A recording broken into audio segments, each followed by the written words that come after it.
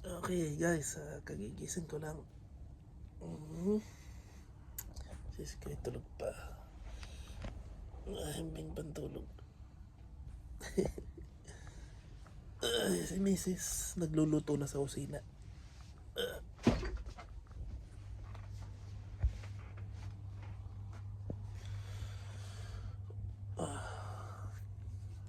Okay, isang araw na naman ang nakalipas at naghahanap pa rin ng trabaho, wala pa rin trabaho. Gaya nga na sinabi ko sa inyo, last time, frozen yung hiring ngayon. Yung ibang company, hindi muna sila nag-hire kasi hindi pa nila alam kung ano magiging sitwasyon. Nangangapa pa sila kasi patuloy pa rin yung pag-atake ng Iran. Pa isa-isang drone attack. So umaatake pa rin sila. Sa isang araw, dalawa, tatlo, minsan madaling araw, minsan umaga, minsan tanghali, minsan hapon.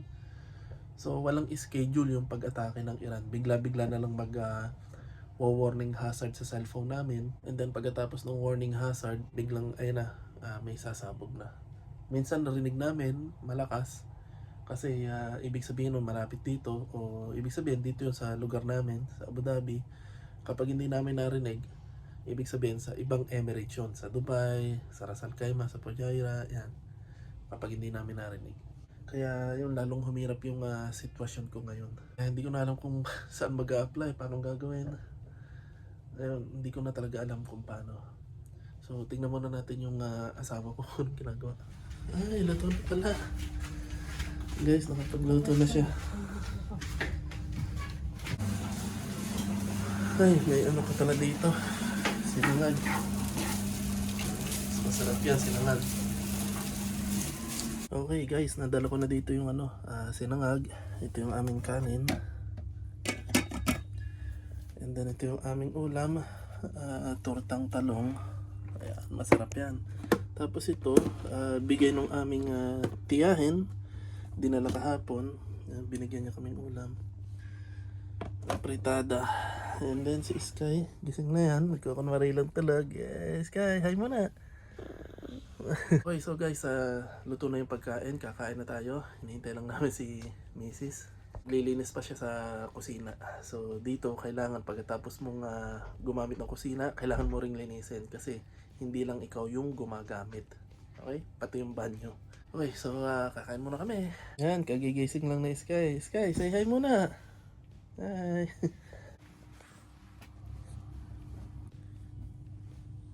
Okay guys, kain muna tayo.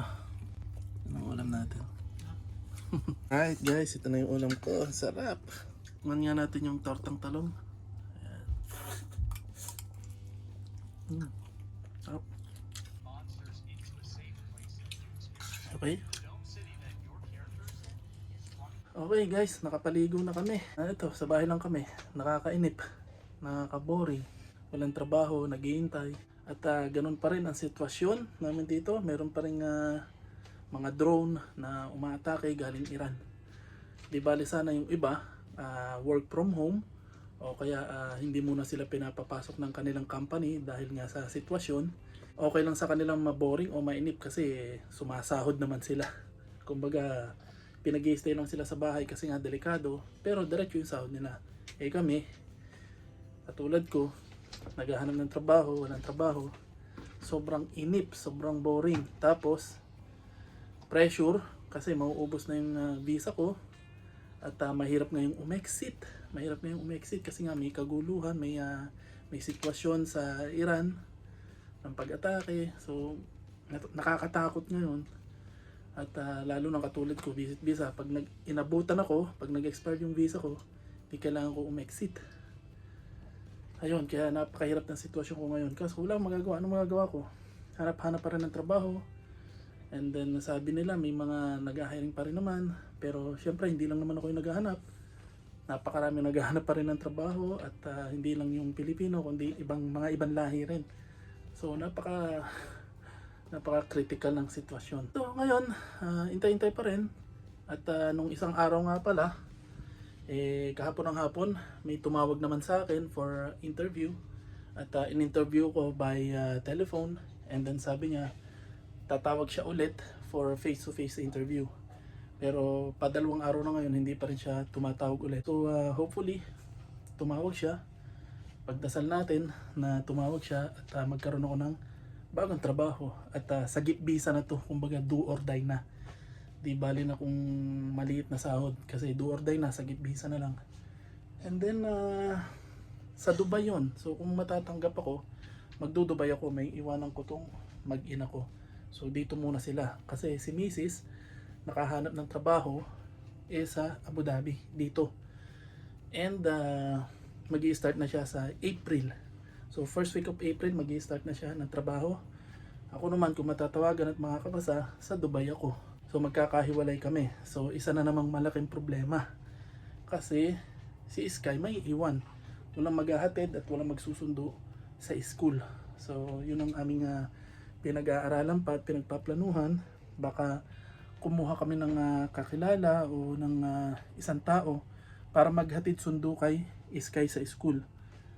At babayaran na lang namin siya. Kasi magkakahiwalay kami ni Mrs. Hindi naman pwedeng hindi ko papatulan kahit saan na ngayon. Kasi yung unang ma-exit, magastos, pressure, at saka yung unang ma-exit, mahirap. Kailangan ko na magtrabaho, kailangan kong pag-aralin si Sky, at syempre kailangan na namin mag-ipon kasi matanda na kami, may edad na kami. Napakatagal namin dito. Yung mga nakaraang taon namin ditong pagtatrabaho, inilaan namin lahat sa aming pamilya para matulungan sila. So ngayon, this time, meron na kaming sariling pamilya. Kailangan naman namin asikasuhin yung sarili naman namin. So mag-iipon na kami. Si Sky tuloy naman yung pag-aaral, pero online class sila ngayon. Online kasi nga gawa ng sitwasyon sa Iran. So nag-aaral si Sky through online. Okay? So maya maya mag-online na sila. And yun, naiinip ako. So bababa muna ako. Maglalakad-lakad. Kasi si Sky mamaya mag-online class na. Nakakainip habang naghihintay. So bababa muna ako at maglalakad-lakad. Okay guys, nandito na ako sa labas. At maglalakad-lakad muna ako. Kasi nakakainip sa kwarto. May online class si Sky. Labas muna tayo. Lakad-lakad. Okay guys, nandito na tayo sa labas. Sa may park. At maggagala-gala muna tayo, maglalakad-lakad. Napakaganda ng view dito. Kita ang mga building. Okay, dito muna tayo. Magpapalipas ng oras. Muna tayo magpapahinga at maglalakad-lakad. Habang si Sky may online class. Kasi mahaba yung online class ni Sky, 2 oras halos. So 2:30 lang. Ang tapos ng online class niya, 4:30 pa. So nakakainip kasi maliit lang naman yung kwarto namin. Kaya hihiga lang ako doon, manonood. Tapos bawal magingay kasi nag-aaral yung anak ko, may online class. Kaya nakakainip. Kaya maglalakad-lakad muna ako. Nandun naman si Mrs. para bantayan siya. Grabe ang grabe yung grabe yung nangyari sa akin dito Isipin nyo, 'di ba? So from pandemic, bumalik ako dito kasi hindi naging maganda yung negosyo ko sa Pilipinas. Nagbaka sakali ulit ako dito, kinuha ko ng kapatid ko. And then pagbalik ko after pandemic, iba na yung sitwasyon. Mahirap na yung sitwasyon, hindi katulad ng dati. Ang hirap na maghanap ng trabaho. Tapos ang baba na nilang magbigay ng offer dito, napakababa na, as in. Kahit mataas yung pinag-aralan mo, kahit mataas yung experience mo, ang baba na nilang magbigay ng sahod. Hindi kagaya nung dati. Company yung maghahanap sa'yo at company yung hahabol sa'yo. Ngayon, napahirapan na. So nagtiis ako ng 2 taon dun sa previous company ko, 2023. Tiniis ko ng 2 taon na mababa yung sahod. Ako lang muna mag-isa dito. Tapos nag-ipon ako ng pera para makuha yung mag-ina ko. Kahit hindi pasok sa requirement para mag-sponsor ng asawa at anak dito o ng pamilya. So kinuha ko pa rin sila kasi namimiss ko na sila at ayokong malampasan yung paglaki ng anak ko. Gusto ko kasama ko yung anak ko sa paglaki niya. Kaya kinuha ko sila. So naging plano namin parehas kaming magtatrabaho. Tapos mag-aaral si Sky dito. Kaya yung panoorin nyo yung mga dati kong video, makikita nyo kung paano yung struggle namin nung pagkuha ko sa mag-ina ko, kung paano yung struggle ko, kung ano yung ginawa namin paraan kahit hindi pasok sa requirement ng gobyerno dito, kasi may requirement yung gobyerno dito sa pagkuha ng pamilya may requirement ng sahod. So kahit mababa yung sahod ko, kinuha ko yung mag-ina ko. So tingnan nyo kung ano yung mga naging struggle ko. Panoorin yung mga dati kong video. Tapos awa ng Diyos, naging okay nga ang lahat. Nakaraos kami. Grabe yung naging sakripisyo at saka yung pagtitiis ko, yung pagtsatsaga ko. 2 oras na biyahe kasi nakatira ako sa Sharjah. Ang trabaho ko sa Dubai. So 2 oras yung biyahe ko, Sharjah to Dubai, then Dubai dun sa trabaho ko. So tsinaga ko yon. Tapos naghanap na nga ako ng bagong mapapasukan trabaho para mas malaki yung sahod ko, makapag-ipon at para pasok na sa requirement dun sa pag-sponsor ng mag-ino ko. Although nagawa naman namin ng paraan, nagkaroon ng trabaho si Mrs. Pinag-combine namin yung salary na sponsor namin si Sky. Kulang pa rin. Kulang pa rin kasi parehas kaming mababa ang sahod eh. Paano na yung pag-aaral ni Sky?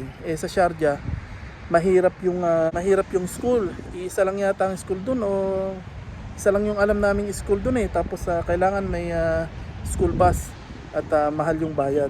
Mahal yung tuition fee. Tapos ayun, nakakuha nga ako ng bagong trabaho dito nga sa Abu Dhabi. Ang naging problema naman, after 6 months, may buwisit na kabayan na gumawa ng paraan para matanggal ako. Pero sa ginawa niyang kalokohang yon, parehas naman kaming tanggal. Wala siyang napala. Anong napala niya? Wala. Nasiraan pa yung pangalan ng Pilipino sa ibang lahi. Yun, sa madaling salita, parehas kami natanggal. Ito ko ngayon. So tingnan nyo nangyari. Patong-patong na problema yung dumating sa akin. Na-depress ako, na-stress, lahat na. Hindi ko alam kung anong gagawin kasi syempre bigla akong natanggal, wala akong ginagawa. Kaya pilit pumapasok sa isip ko yung mga nangyari na parang alam mo yun, hindi ko matanggap sa sarili ko sa tagal ko nang nagtatrabaho dito. At wala naman akong record sa lahat ng mga company ko, lahat good records. At ngayon lang ako naka-encounter ng ganong experience. Anyway, so ngayon surviving pa naman kahit papaano. Eto, medyo nakaka-recover na ako sa stress at saka sa depression. Salamat sa mga kaibigan ko at saka sa mga relatives ko, sa mga kapatid ko at sinusuportahan nila ako. So ngayon, ang sunod naman na problema na dumating sa amin ito namang krisis sa Iran. Ito na nga, nagkaroon ng krisis sa Iran. Umatake sila sa mga base ng Amerika dito sa UAE. So nag-stop hiring ngayon. Pahirapan naman ngayon yung hiring. Kaya ito, still waiting. At bago yon, yung papalang pag-exit naming 3 kasi nga na-cancel na ako sa trabaho. So cancel na yung visa ko. Cancel na rin yung visa ng mag-ina ko. Kaya 3 kami. So within 1 month, na grace period, pagka-cancel ko, kailangan kong makahanap ng trabaho para ma-sponsoran ulit sila. Pero after 1 month, wala akong nakuhang trabaho. Awa naman ng Diyos. Yan, ang laki ng gastos. At saka mentally exhausted na. Nakaraos naman. At eto, surviving. So nakabalik na kami galing exit. Meron kaming 2 buwan para maghanap ulit ng trabaho. Ayun na nga, may trabaho na si Mrs. Ako naghahanap pa rin. Dumating naman tong problema sa Iran. Kaya sunod-sunod na pagsubok ang binibigay sa akin ng Panginoon. Alam ko naman na hindi ako bibigyan ng Panginoon ng pagsubok na hindi ko kayang lampasan. Matatapos din to.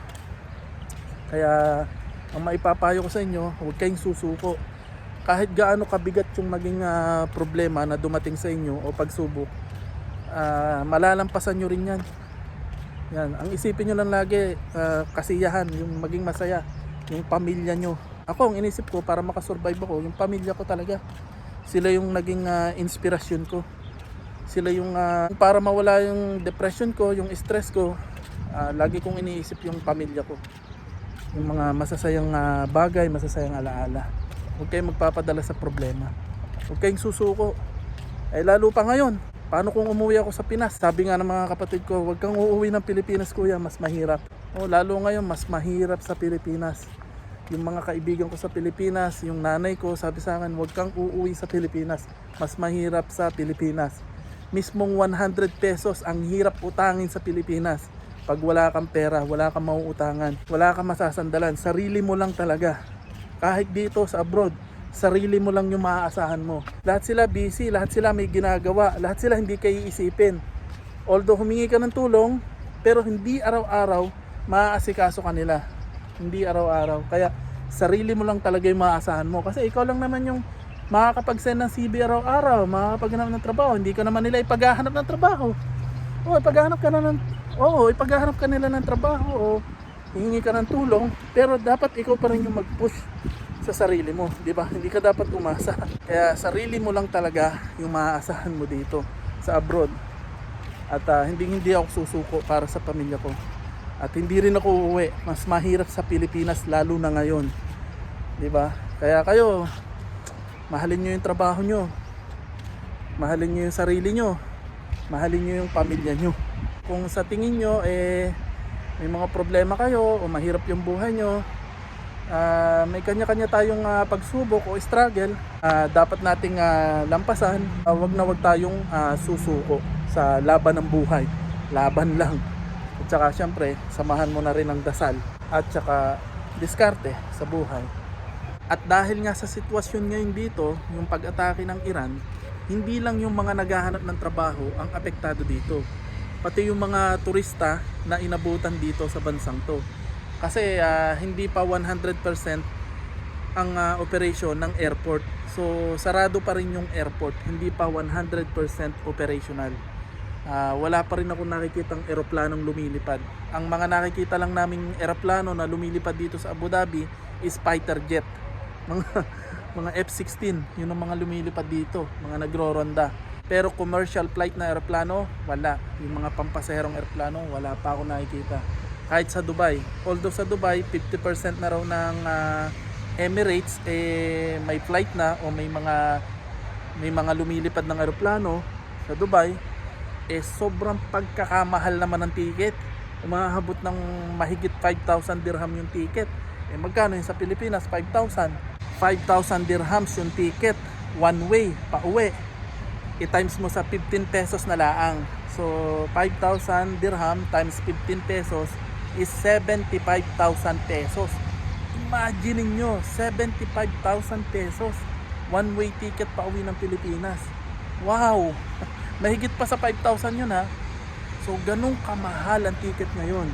Kaya yung pinsan ko na nagturista dito, inabutan, stranded pa rin dun sa kapatid ko sa Dubai. Hindi sila makauwi. Although matagal pa yung visa nila hanggang katapusan pa ng Marso, o kaya kahit lumampas na yon. Ang maganda naman sa gobyerno dito, kapag nag-overstay ka, i-waive nila yung penalty mo. So hindi ka mape-penaltyhan gawa nga nung sitwasyon. Okay, so walang penalty yung may mga overstay, walang fine. At yung mga nagre-rebook sa eroplano, wala rin bayad, unrebook. Sagot na ng airline. At yung mga may penalty, sagot na ng gobyerno. Yun ang kagandahan dito sa bansang to. Napakaganda talaga ng bansang to. So hopefully matapos na yung issue dito at makakauwi na yung pinsan ko. At may trabaho pa sila sa Pilipinas. Na-stranded din sila, hindi pa rin makauwi. Yan. Pero hindi pa rin 100% yung sitwasyon dito. Meron pa rin mga alert sa cellphone namin. Bigla-biglang tumutunog ng hazard, nagbabibrate, umuugong yung cellphone namin, lahat. At may warning na may mga drones at saka missile. Posibleng may drones at saka missile na pumapatak. Pero lahat naman yun nai-intercept ng defense dito. Ang delikado lang yung mga debris. Pero yun, napaka-safe pa rin dito. At mas okay pa rin dito. Nangyari yung pag-atake ng Iran ngayon pang Ramadan. So, holy month of Ramadan ngayon dito. So, alam mo yun, holy month ng Ramadan, tsaka pa nangyari itong issue sa Iran. Kung kailan mga nagfa-fasting yung mga Muslim, tapos next week Eid na nila. Kumbaga, alam mo yun, special na okasyon para sa kanila. Tsaka pa nangyari ito. Alam nyo, despite na sa pangyayari, tuloy pa rin yung gobyerno dito. Ano mo, marami pa rin nagbibigay ng pagkain. So wala pa rin magugutom. Yung mga donation para sa pagkain, para sa iftar, napakarami nagbibigay. As in, napakadami. Alam na alam mong hindi corrupt yung gobyerno. Iniisip ko tuloy, kung sa Pilipinas to, Diyos ko po, Alam niyo yung nangyari sa Yolanda? Yung itinago lang yung mga donation para sa Yolanda victims. Tago sa bodega, tapos mga nabulok na, mga nag-expired na. Di ba? Pero dito, walang korupsyon. Lahat, lahat full pack ang supply. Sobra-sobra. Kasi walang korap. Sana all. Sana ganun sa Pinas. May mga swerteng Pilipino dito. Kagaya ng katabi naming room, wala silang pasok pa 2 linggo na, hindi sila pinapapasok kasi nga gawa ng sitwasyon dito. Pero diretso yung sahod nila. Yan, di ba? Ang swerte. Diretso yung sahod nila. 2 linggo na silang hindi pinapapasok, pero diretso yung sahod nila. Yun, pero wag ka dapat mainggit sa ganun. Pag may nakita kang mga kapwa Pilipino na swerte o maganda yung buhay, tapos ikukumpara mo yung sarili mo, bakit ka naghihirap, bakit mababa yung sahod mo, bakit ganito, bakit ganyan, wag na wag. So wag mong ikukumpara yung sarili mo sa ibang Pilipino, kasi lalo ka lang mababaliw, lalo ka lang mababad trip, masisiraan ka lang ng ulo, lalo ka lang may stress, lalo ka lang madidepress. Basta ang gawin mo na lang magpakasaya, ang isipin mo na lang yung pamilya mo, kumakain ka pa. At yun, wag mong i-compare yung sarili mo sa iba. 'Di ba? Kasi wala rin namang mangyayari eh. 'Di ba? Yun ang kapalaran mo, yun ang kapalaran nila. So galingan mo na lang kung gusto mong maging maganda yung sitwasyon mo, 'di ba? Pero kung iisipin mo at kaiinggitan mo yung iba, yung buhay ng iba, then masama yun, hindi maganda yun. Hindi yun maganda sa kalusugan mo, sa mental health mo. So hayaan mo lang sila, mamuhay ka ng payapa, mamuhay ka ng masaya, and then mayaman ka na rin. Hanggat kasama mo yung pamilya mo, maituturing mo na mayaman ka na rin, di ba? Hey guys, uuwi na ako kasi alas 4 na ng hapon. Matatapos yung online class ni Sky noong 4:30. So tamang tama, maglalakad-lakad muna tayo dito para matanggal yung mga taba ko sa katawan. Lakad-lakad tayo dito.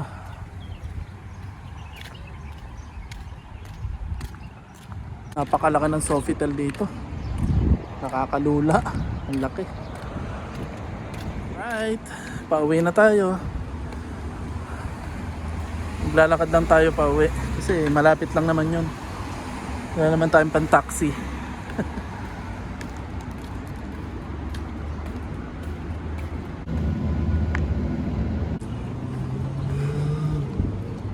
Marami na ditong Filipino restaurant. Hindi kagaya dati. Restaurant, bakery, napakarami na. Dati wala ka makikitang Filipino restaurant dito. Ang kainan lang dito dati, Golden Fork. Yun lang ang may Filipino food dati, Golden Fork. Okay, nandito na tayo, malapit na.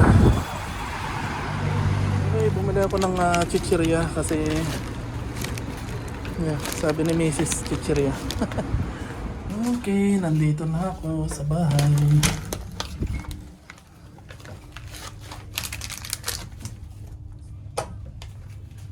Tapos na ba si Sky?